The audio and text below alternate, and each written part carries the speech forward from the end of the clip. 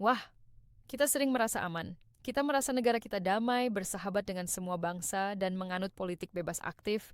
Kita merasa tidak punya musuh. Tapi sadarkah kalian jika kita melihat peta militer dunia hari ini, Indonesia sebenarnya sedang berada di tengah-tengah kandang singa dari utara, selatan, timur, hingga barat. Moncong meriam dan pangkalan udara negara asing mengarah tepat ke halaman rumah kita.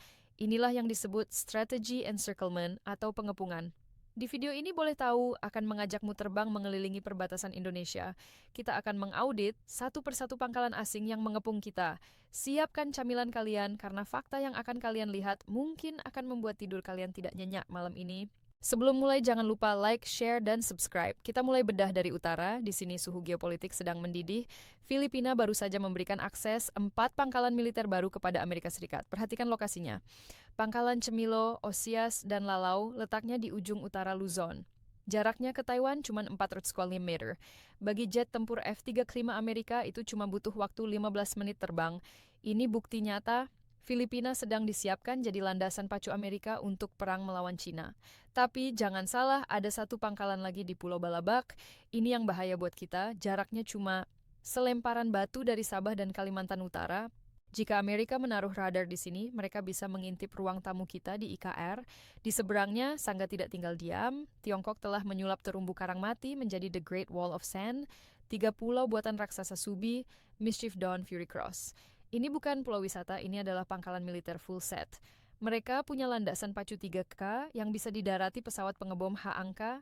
Mereka punya sistem rudal anti pesawat H-9 yang jangkauannya bisa merontokkan pesawat apapun yang lewat di atas Natuna. Kenapa ini krusial buat Indonesia? Karena Laut Sulawesi adalah jalur pintu belakang backdoor. Jika perang pecah, kapal selam nuklir Amerika dari Australia akan menyusup lewat Selat Lombok dan Makassar untuk menyerang Cina dari belakang. Artinya apa? Perang besar itu akan terjadi tepat di beranda rumah kita. Rudal, nyasar, tumpahan minyak, hingga puing kapal perang, semua akan hanyut ke pantai-pantai kita. Sekarang putar kursi kalian menghadap selatan ke tetangga yang paling berisik, Australia. Di Darwin ada ribuan marinir Amerika yang ditempatkan secara rotasi, Marine Rotational Force. Mereka adalah pasukan pemukul reaksi cepat, tapi yang bikin bulu kuduk merinding, ada di pangkalan udara Tyndall.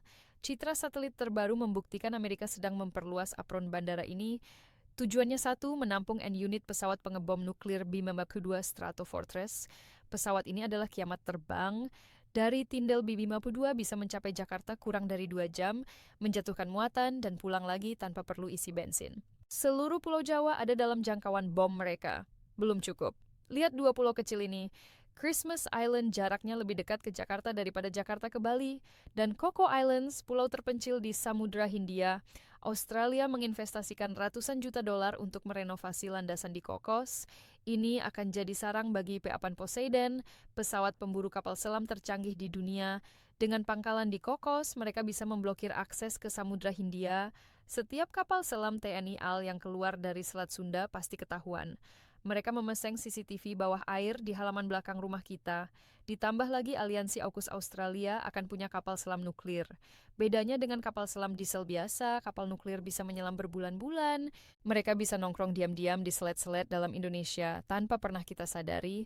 Ancaman tidak hanya dari depan dan belakang. Lihat Barat, Malaysia, dan Singapura tergabung dalam FPDA BIMI Power Defense Arrangements bersama Inggris, Australia, dan Selandia Baru. Dari Batur, Malaysia, ada markas Kets Radar memantau bergerana udara di Selat Malaka dan Sumatera. Secara teknis, setiap pesawat tempur kita yang take off dari Medan atau Pekanbaru sudah masuk radar mereka. Singapura lebih gila lagi. Pelabuhan Changi didesain khusus agar muat menampung super carrier kapal induk Amerika. Ini adalah pom bensin raksasa bagi armada perang Afrika Asia Tenggara. Jauh di tengah Samudra Hindia ada Diego Garcia, pangkalan AS yang super rahasia. Dari sini pesawat pengebom siluman B-2 Spirit bisa terbang menyerang target di Asia, termasuk Indonesia, tanpa terdeteksi radar jadul kita. Lalu di timur Papua Nugini. Dulu Cina mau bangun pangkalan di sini, tapi Amerika dan Australia panik dan langsung membeli akses ke pangkalan Lombrum di Pulau Manus di utara Papua. Ada negara kecil bernama Palau.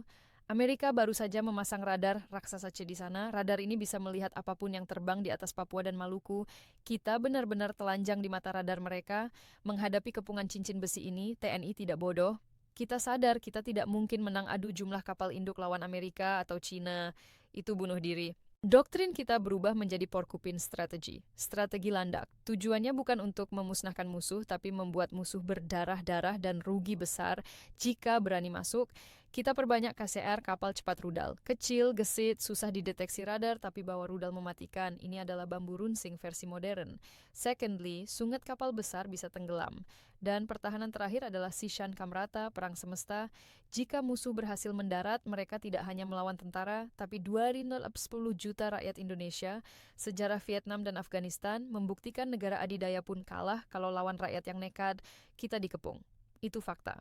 Tapi ingat, benteng yang paling sulit ditembus bukanlah tembok beton, melainkan persatuan bangsa yang tidak mau dijajah lagi. Pada akhirnya kita harus menerima takdir geografis ini. Kita tidak bisa memindahkan Pulau Jawa menjauh dari Australia. Kita tidak bisa menggeser Natuna menjauh dari Cina. Kita dikutuk sekaligus diberkati berada di posisi silang dunia ini. Mereka boleh mengepung kita dengan cincin besi, iron ring. Mereka boleh punya rudal hipersonik atau pesawat siluman, tapi sejarah dunia dari Vietnam hingga Afghanistani mengajarkan satu hal. Teknologi secanggih apapun akan tumpul di hadapan bangsa yang menolak untuk menyerah. Benteng terakhir Indonesia bukanlah kapal perang, bukan pula jet tempur. Benteng itu adalah mental 280 juta rakyatnya. Selama kita tidak terpecah belah dari dalam, kepungan dari luar hanyalah gertakan sambal. Musuh terbesar kita bukan pangkalan asing, tapi adu domba sesama anak bangsa.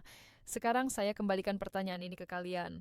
Jika suatu hari cincin besi ini benar-benar menjepit kita, dari arah mana ancaman paling mematikan akan datang? Naga dari utara atau elang dari selatan? Dan yang paling penting, siapkah kita? Diskusikan di kolom komentar. Debatlah dengan cerdas. Jangan lupa subscribe karena ketidaktahuan adalah kelemahan. Merdeka! Ya,